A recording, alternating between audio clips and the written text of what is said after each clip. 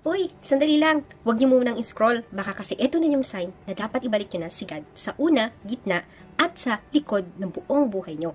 Sa bawat desisyon ng buhay mo, unahin mo si Lord. Sa bawat araw na ibinigay niya sa'yo, unahin mo si Lord. I just want to reinforce that you are breathing for free. Na ikaw ay humihinga ng walang bayad. Gusto ko lang sabihin na it's true na we can breathing for free. Nakakahinga tayo ng walang bayad. Kung wala kang kilala na nasa hospital na kailangan mo magbayad ng oxygen, bakit hindi mo kayang bigyan ng importansya yung libreng paghinga na nagagawa mo ngayon? And I just want to reinforce that because sometimes we take for granted yung mga blessing na meron tayo na akala natin normal. But no.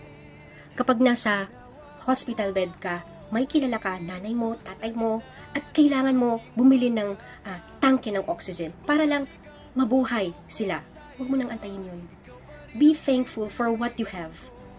You're breathing for free.